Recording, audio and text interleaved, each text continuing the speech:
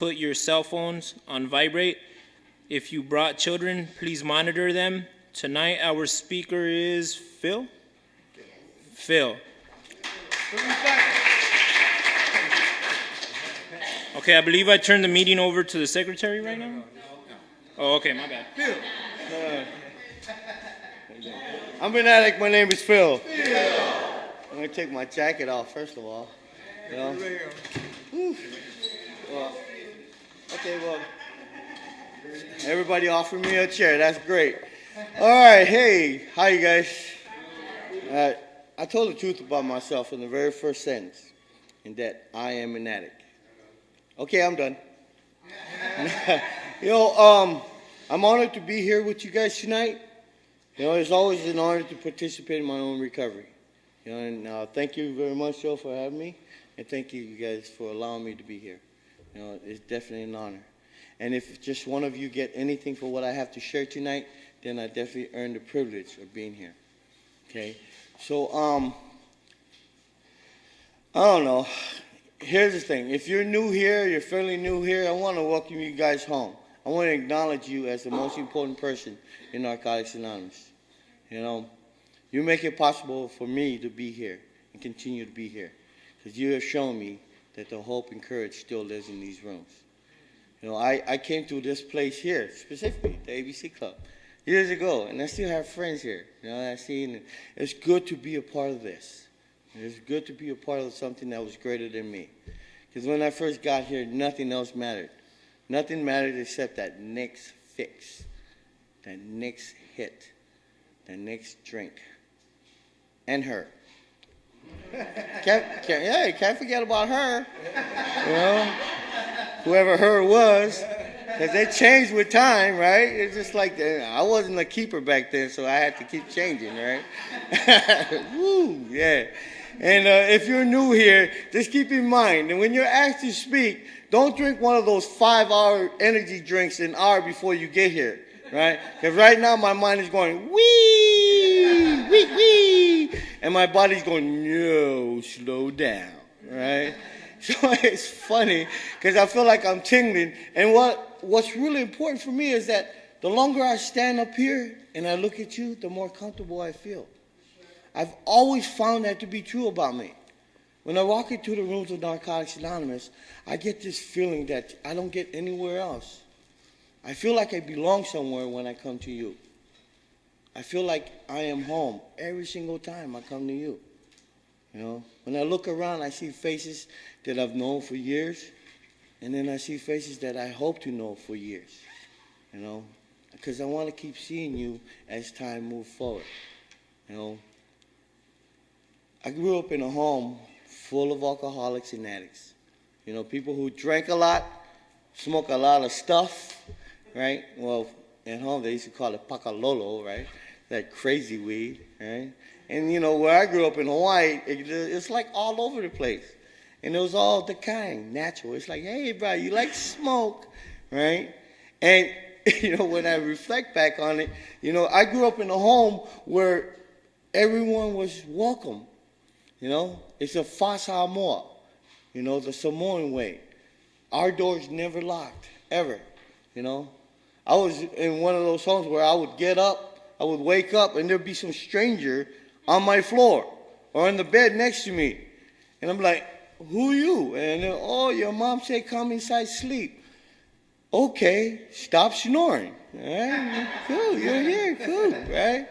And I also grew up in one of those homes where my mom would be like, hey, go to the garage. You got family, we got aunties or uncles or family, someone coming in.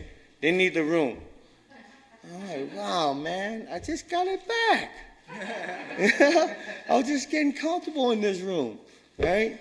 But, what's amazing for me was that, I grew up not knowing we were poor, right? I didn't know that until I came out into the world, right?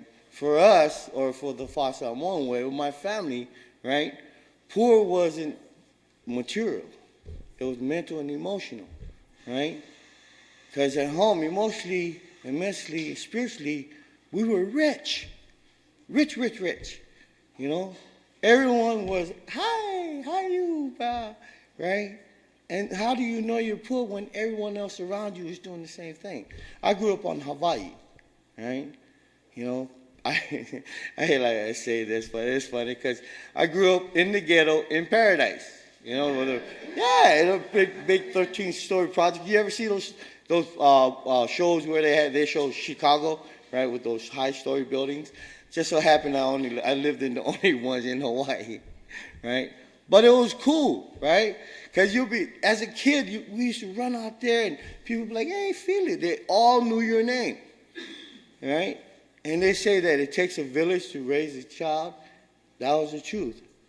Everyone knew everyone there. So if I got caught doing something, some strange woman would whoop my butt, turn me over to my aunt who would whoop my butt, and then take me home to my mom who would whoop my butt because I got caught. Right? See, that's shame. You make mama shame. Right? But it was a loving, caring home. And that was important. You know, it was a loving, caring home. And, growing up also, we were always like, we had everything we needed, We ate a lot. See, I come from a family of big people. I'm a Samoan, right? I also come from a family with 1,000 damn people, right? You get together, it's like, ooh, who are you? I'm your cousin. I said, good thing I didn't go out with you, That's the serious truth. There's two kind of women I don't date. That's Samoan women and Native American women. Because they all want to get drunk and fight. Right? Seriously, though. And Samoan women, I'm usually afraid that I might be related to them. So I leave them alone, And, so what happened was that my family, right, my mom and my dad, they moved us to California. Right, so I went from Hawaii to California, and they moved me to Santa Ana. Woo, baby, let me tell you, right? I'm like, oh yeah, right? I like this. The first thing I see is some people, they're like gliding. I'm like, what's up? Oh, they're smoking sherm. Yeah, so I tried some, right? Boy, it took me 10 minutes to walk 2 feet. I didn't even know. They told me about it later, right? Because see, I started using, at an older age. I was a lot older than most people when they start using. I was 10.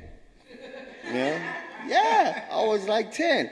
And, I say 10 because that was the age I was when I first consciously went out to go get loaded. And I knew this, right? I went down into the river, right? Then, back to Hawaii. Down into the river where all the older guys hung out, right? And I went down there just knowing that I wanted to be a part of them. I just knew I wanted to be a part of what they were doing. Because they looked like they were having so much fun. They were like, hey, bro, And they handed me this green, ugly-looking bottle with the big mouth called Mickey's, right? Oh, I tried that. And the first thought that went to my mind was, damn, this tastes like piss. Not that I ever drank piss, but if I ever had, this would be what it tastes like, right? Tastes like piss.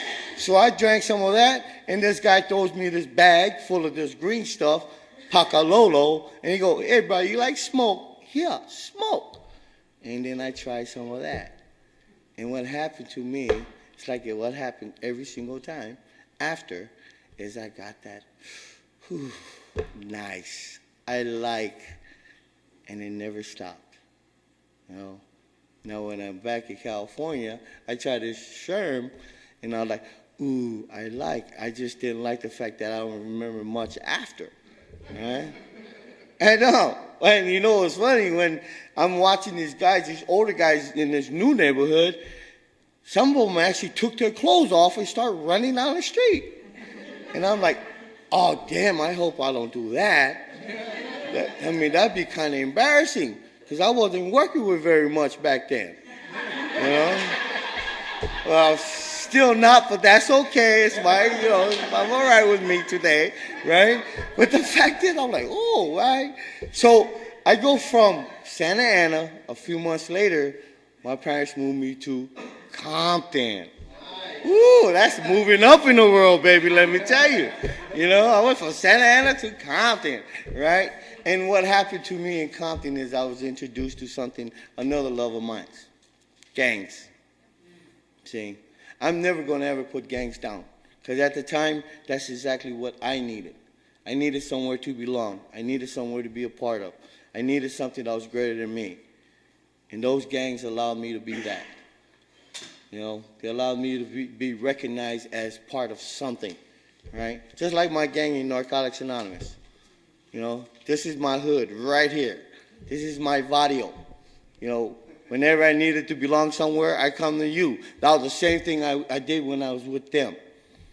That was the same thing it was when I was with them. And of course, you know, when you go to school in Compton, you don't go to school. Kind of like check in. Because here's the thing. The thing about going to school in Compton is you have to always, going to class means you have to walk through somebody else's territory. And I'm like, oh my gosh, really? So there's the shit. It's funny, you know, I say this because I wanted to belong so much that I was the Crip who hung out with the Bloods but dressed like a cholo. Right? And it was kind of confusing. I'm like, hey, I'm like, oh, hey, right? But it's okay, you know? And I reflect back on it now, and I'm like, ooh, that was kind of funny, you know? So what happened was that I started hanging out with these guys who were doing the things I like to do, and that was Get Loaded, you know? That was Get Loaded. They all drank like I drank. You know, they all smoked weed or whatever was available to us at the time. Because, you know, in Compton, there's a liquor store on every single corner, right? Or in every neighborhood, there's at least 2 or 3 liquor stores. And, of course, you can always find a wino, right, that wants to buy your liquor. Because you be like, hey, Phil, can I get $1 on my short dog? Yeah, sure. And, you know, then I started drinking that really nice, powerful drinks that had really, you know, fantastic names like Night Train, Thunderbird, you know. Hey, fantastic names that make you feel hip and cool, right? And that tastes worse than even Mickey's. Blah. But it took effect a lot faster, boy, let me tell you. You know? And chase that down with a little sham, you don't know what the heck's going on. You know? Especially when you come to and you're looking at that chick and you're going, wow. Let me think about it. I know her name. Let me think about this for a second. You know, and this all happened while I was fairly young. You know, fairly young. And, you know, to move forward a little bit is that what happened was I started hanging out with this new crowd, right?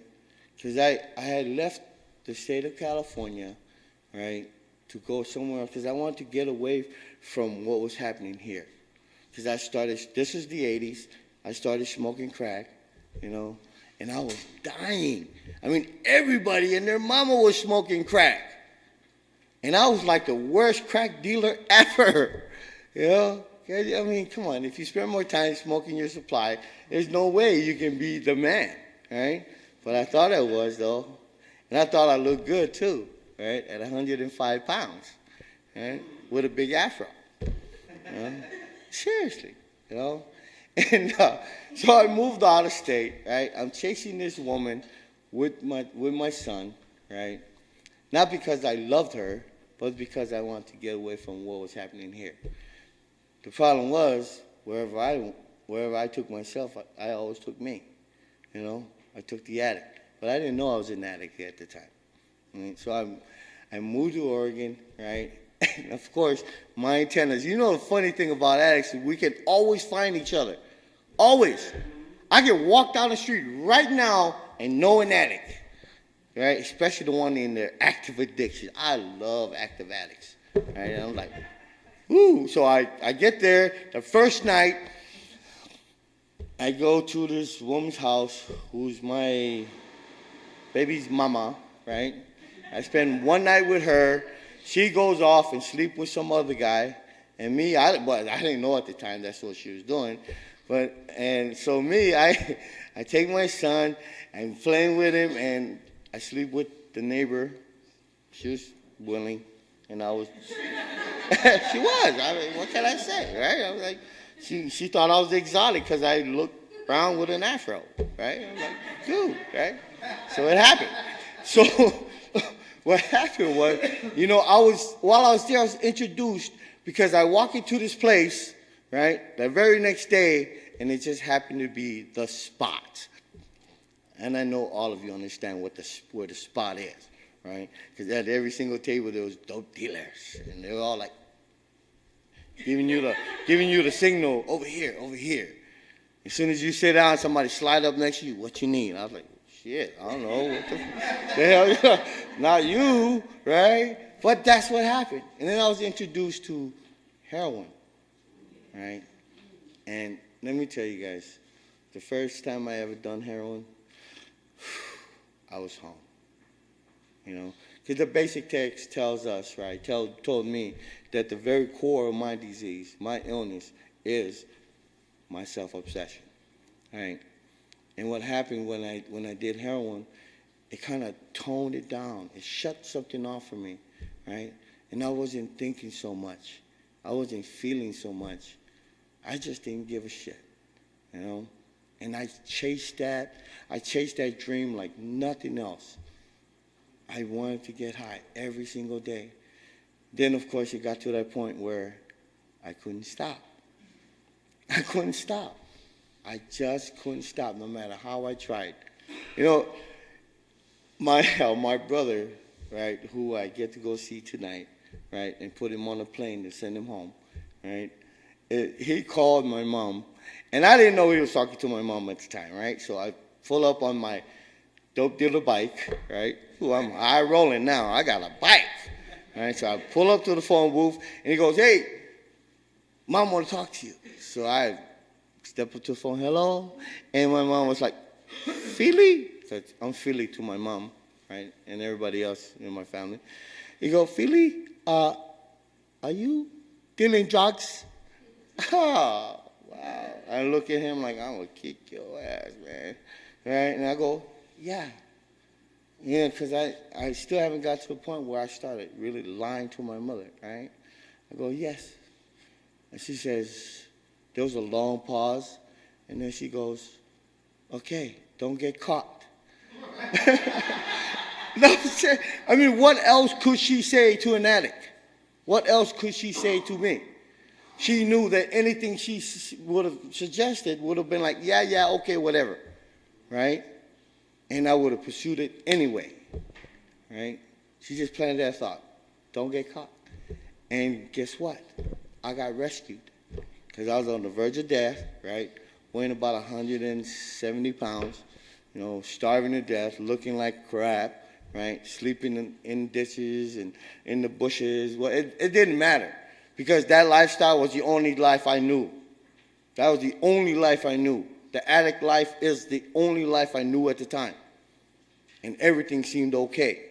As long as I was getting high, as long as I was getting my fix, I was okay. Because the world was okay when I was high. Because I didn't know at the time I wasn't okay with me. So, I get rescued, right? And I go to prison. Now, it talks about jails, intuitions, and death, right? I've done both, right? I've done two. The only thing I haven't done is died. Now, if I had died, of course, you would have a different speaker up here right now. But like, hey, here I am, Phil, right? Alive and free, right? But the fact was that at the time, I get rescued, I go to jail, and it starts a cycle for me. It starts a cycle that continued to go and continued to go for 16 and a half years. As a matter of fact, I didn't know I had done 16 and a half years in prison until I came here to the club, right? With my advocate, we sat down and we kind of calculated it, and it came, hey, 6.5 years. I was like, damn. And then I got to look at it. I spent more time in prison, right, locked away, than I did out here as an adult. But amazingly enough, when I really look back at it, right, anytime I spent out here, I was in my own prison. I was in my own prison because the very first thing I did when I came out is I got loaded. Alcohol is a drug. Alcohol is a drug. That's what they say here, and I believe that, right? And of course, I being a criminal, I don't want to, do anything illegal when I first get out, so I go get a drink. I get my first drink, and then before I know it, I'm taking my first shot, right? And then, of course, I have to find her. Not too hard, right? Come on, Just like, women will say, right, hey, I had to find him. I need him to fix me and take care of me.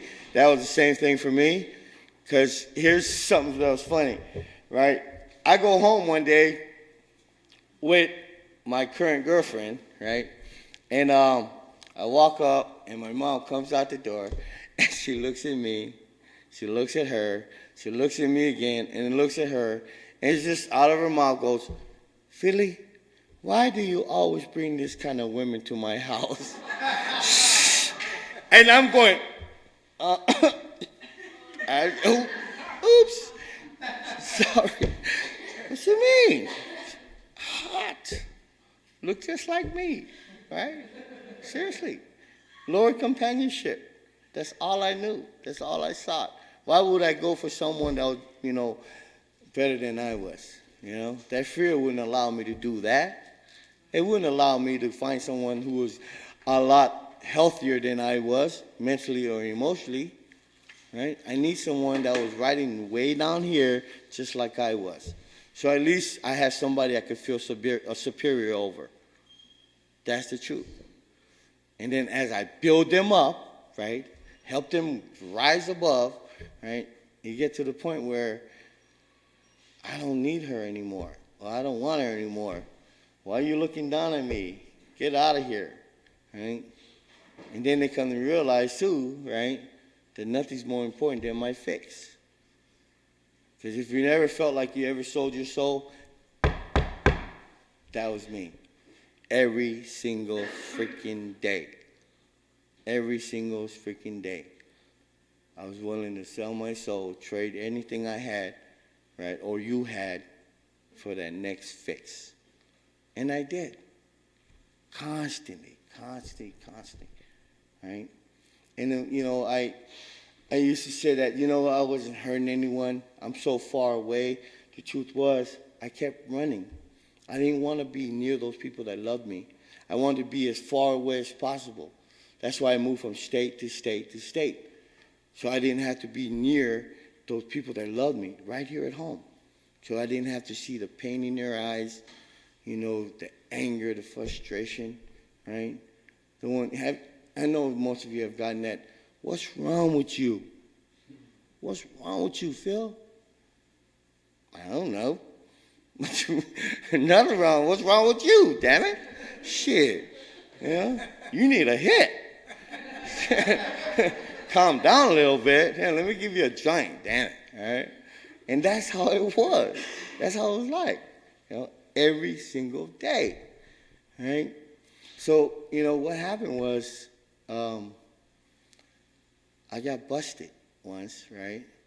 And it got to the point where I was sitting in the cell block, and I was looking around at myself, and I thought to myself, damn, this all my life would be like, After shaking my liver out for 30 days, because the last detox I had took 30 days. It was a long, hard one, right? Long, hard one. Because I was doing anything I could get my hands on, right? And then, amazing enough, while I was still detoxing, I look up once, I'm freaking next to the toilet, and there's some guy getting ready to unzip his pants. I'm going, oh, wow, this is really hitting the bottom here, So I get up, move up, and, I made a choice, I made a choice within myself, I asked for this help, not knowingly, and not out openly, It's like, man, I need some help, right? So I started doing these programs, and I started looking at, what I can do to start feeling better about Phil, I didn't want to keep doing what I was doing. So on May 1st, 2006, you know, I got out of prison here in California, right? I was in San Luis Obispo, nice and palmy, right? It's what is it, like 89 degrees, right? Breezy. Ooh. I get in the bus. They drive me like, it felt like forever, 4 or 5 hours or something. And they dropped me off right here in the front, right? It's so funny. This is what happened. They opened the door, and I stepped out, and I felt like all the moisture got sucked out of me. It was 117 degrees, right? I swear, I felt like I came to hell. I was like, damn, man. The hell? And it was even funnier.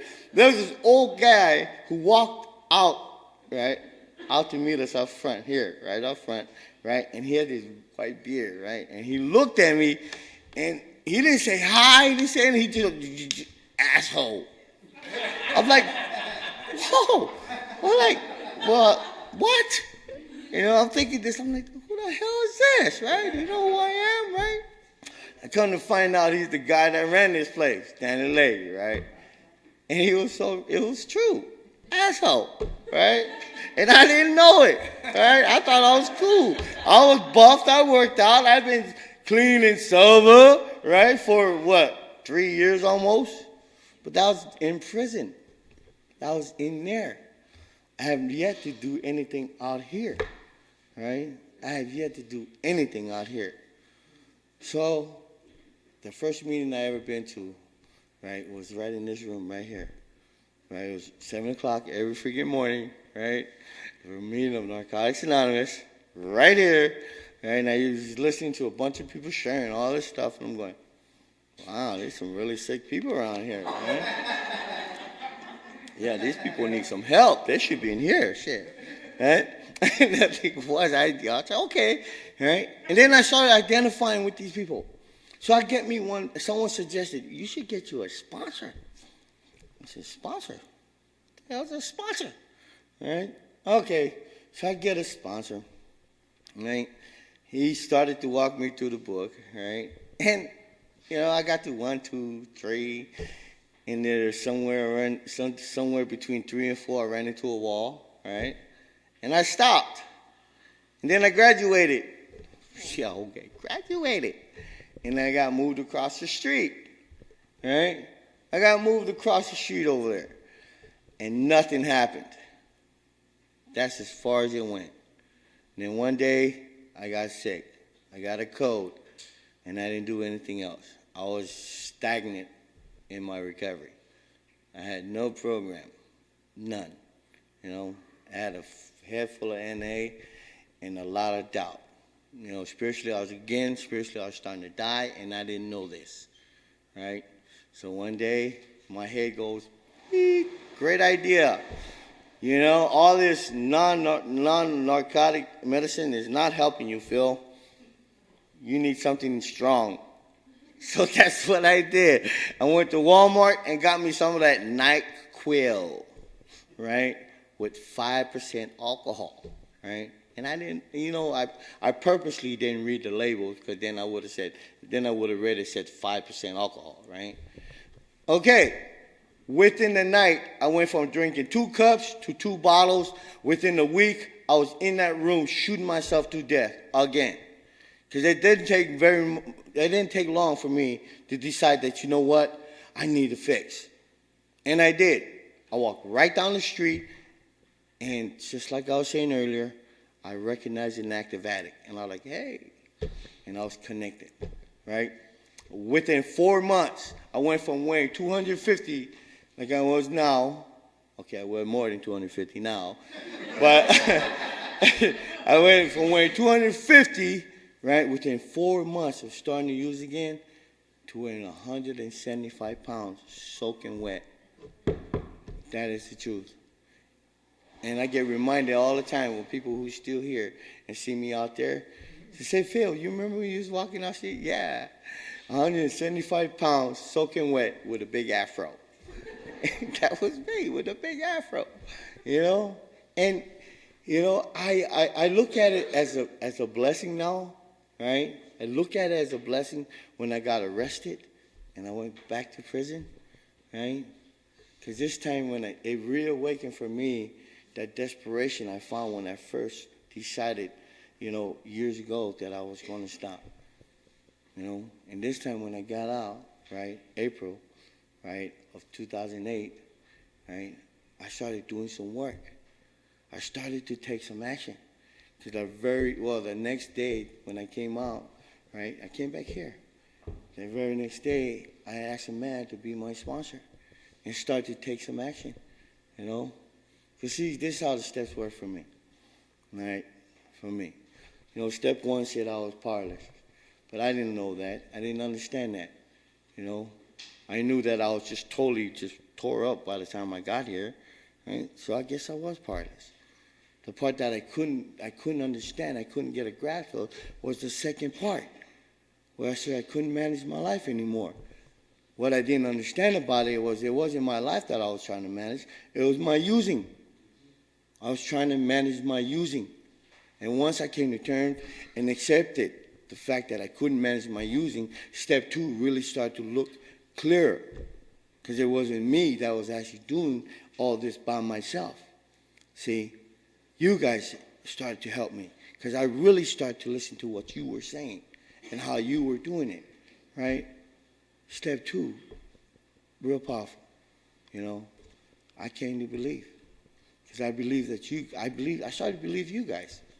I started to believe that you guys were working it. I started to believe that, this could probably work for me.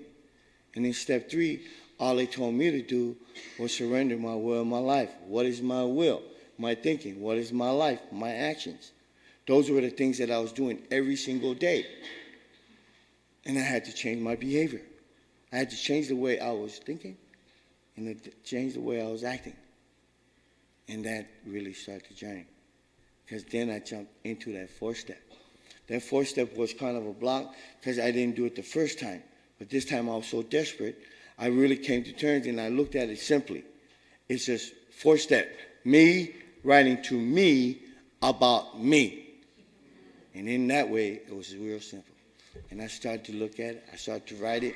And when I finally went over and I talked to my sponsor about it, all right, at first it was kind of hesitant because, there was so much that I didn't want to share, right? Because it was, I had a long active addiction. And I did a lot of stuff that I was ashamed of, A lot of stuff that probably would have got me life in prison, right? But then when I started to share, this guy actually, he started telling me stuff, right? He started sharing some stuff with me, and I was like, damn, you're sick, Yeah, he was, oh boy, he went through some stuff, right? And that was the fifth. The sixth just told me this, to stop taking your inventory and start looking at my defects. Step 7 says to me that, humble yourself before your Creator and ask Him to remove what was going on in there. That's it. In 8, I made a list. That's all it says, to become willing to make this list. So I made the list. And where do I find the people to put down in this list? Easy. That very first column. That very first column. Because if I played any part and I was wrong anywhere, those people deserved, or business, whatever the case may be, deserved to be recognized and made amends to. 9th step for me was that I begun to take the actions that I would never have thought of taking before. Funny thing about that, when I first started to take this, when I first started to make my first amends, was to a man right here, right down the street, right, who I was working with. I get a call from my mom, right? I get a call, actually here, that my mom was going into surgery, open heart surgery, right? So I'm like, oh, great. So how do I get there?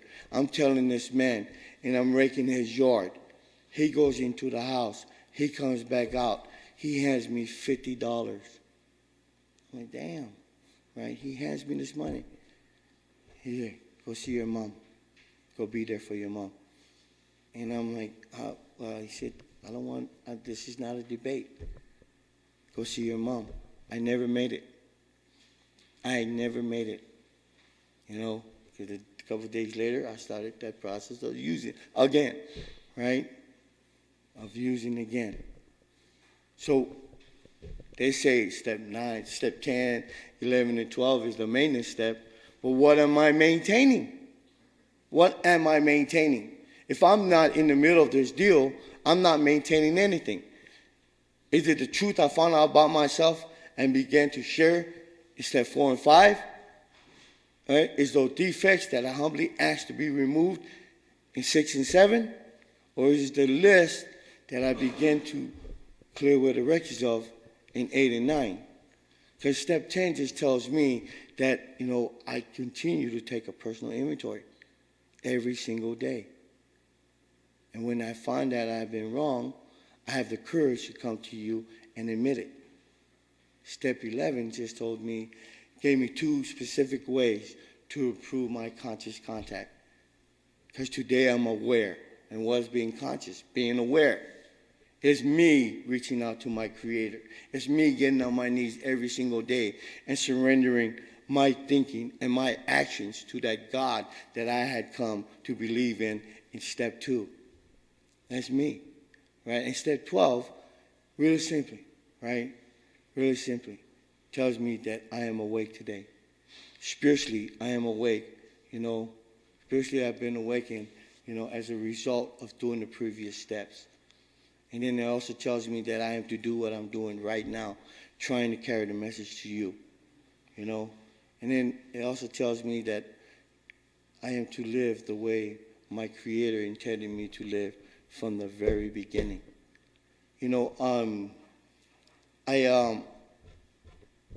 January 17th, 2012, my mom passed away, right?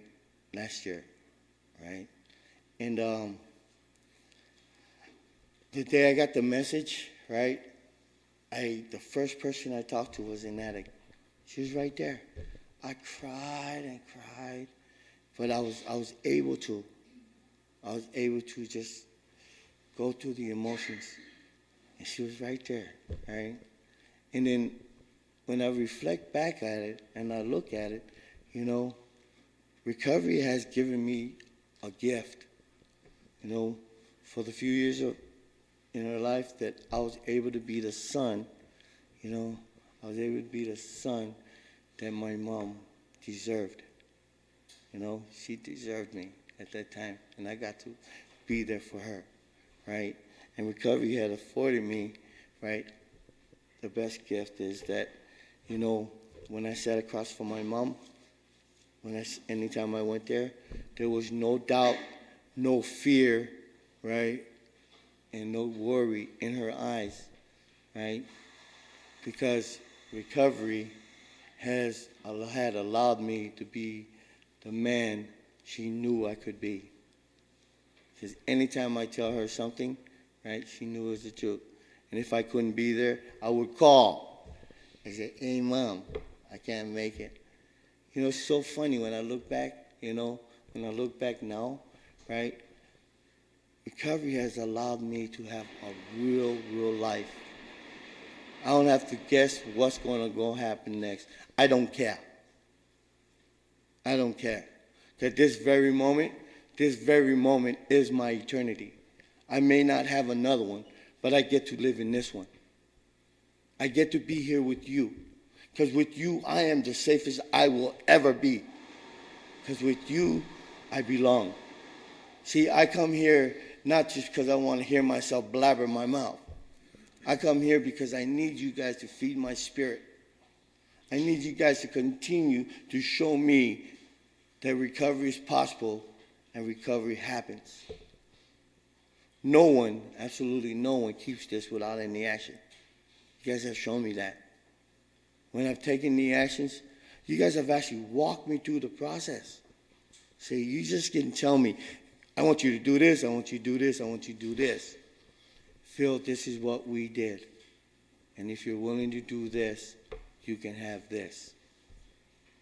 And it's the truth. It's the truth.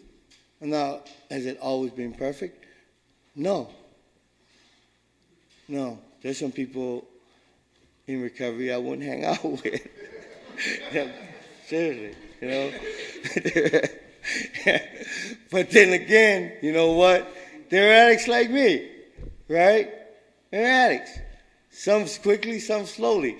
I just know that, you know what? This morning I woke up free from active addiction, you know? So I woke up winning. I say this to these people I work with all the time. Guess what happened to us this morning? They're like, what? We woke up clean and sober, baby. Woo woo, victory dance, you know? So no matter what else happened during this day, I started my day off winning. I started my day off victorious. And amazingly enough, I come to recognize that my whole day is not bad because I have several minutes in it. I mean, come on, a whole day feeling bad, that's a long freaking time, man, you know? So I live in the moment and I find myself free. Because if I'm looking at tomorrow, I will always be full of fear. And if I'm looking backwards all the freaking time, I would be full of tears, you know? Because I still have so much wreckage that I need to fix. But if I'm doing it right here, right now, it's possible. It's possible. If I'm grabbing onto you, because I believe this, 12-step work is one addict talking to another addict. Not just me up here speaking. It's me sitting with you, looking you in the eyes, and connecting with you on a visceral level. Going through the basic text with you because this is where the solution is. I am only a living example. That's all I am. If I want to guide you through recovery, I want to share where the recovery is. And it's in that book. And if I can do that and still be able to be that living example, somewhere, somehow, I hope you will get it like I got it. Because that's all I have. That's all I have to offer, you know. And maybe every now and then I'll lend you $20, you know. Especially if I know you got a job. Because believe me, if I sponsor you, you're going to get a damn job, you know. That's the truth. Come on, man, you know. Because, you know, we're self-supporting to our own contributions today. That's one of the things you guys told me. And you stressed this with me. Get a job, Phil. Because everything you ever sought when you came in here, right? Self-esteem, self-worth, you know, the ability to do this and want to do that, you brought with you. All you have to do today is begin to uncover it. That's all the process of recovery is. Effort and attitude. The basic text says it all the way through there. It talks about effort and attitude. I make the effort, my attitude begins to change. The way I see the world begins to change when I make the effort. But if I'm sitting there hoping that something will change, nothing will change. And I don't want to be mad today. I really don't. You know, I want to be able to cry, laugh, enjoy my life. Because, you know, I can take the good with the bad. Because I am able to walk through each and every single occasion in my life. There isn't a moment in my life that I am not a part of today. And the one thing for sure, you know, that is promised to me, and I pursue it, is that I am free from active addiction.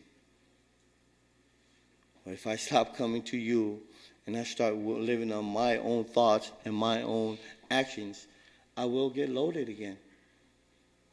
And I'm terrified of that because I can still get loaded. I still can get loaded. And I'm terrified that I will. So I have to check in with you. I have to be able to go, I'm not doing good today. I have to be able to do that. I can't keep going, how you doing, Phil? Oh, yeah, good. And inside I'm dying. I can't do that. I want to be free, man.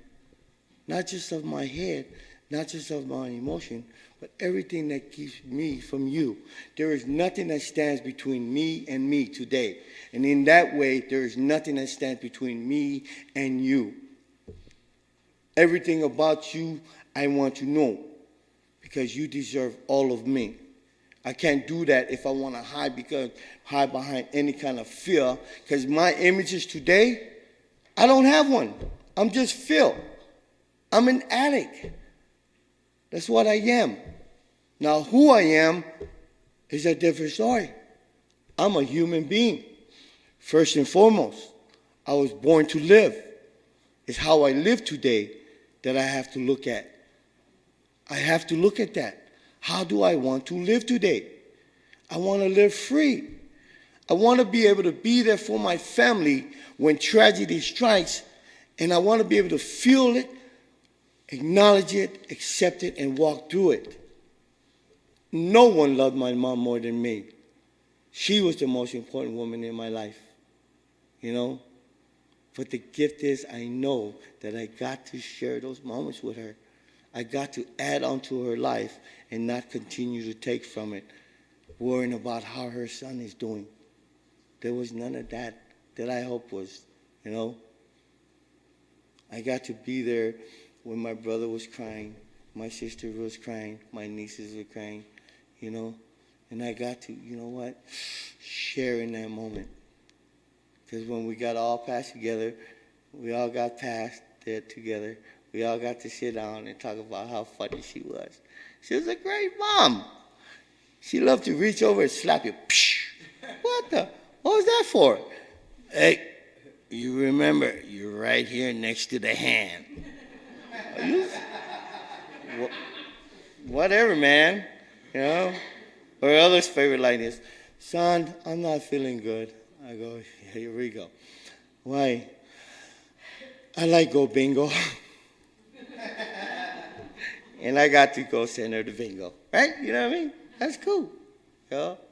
You guys are amazing people. You know? Addicts are amazing people. You know? Amazing people. You know? And those who are in their, you know, active in their recovery, I want to know you more. And even if you're not, I still want to know you. Because you remind me that that shit don't work out there. You know? And I can't get this deal by myself. Never will and never can. You know? So if you're new here, right, I want to thank you. You know, if you're new here, you're fairly new here, I want to thank you for being here for me tonight. You have shown me and continue to show me that courage and hope lives in these rooms. Because it takes a lot of courage to get here. It takes a lot of courage to have hope, to hope for something different, to hope for a change that allow you to have a real life and not continue to chase after that slow, miserable addict death. You know, none of us here would not have stayed had we not found some form of hope when we first walked into this room. What would be the point of staying? Absolutely none. So it is my hope that you would just stay and continue to share your hope and your courage with all of us. Thank you for letting me share.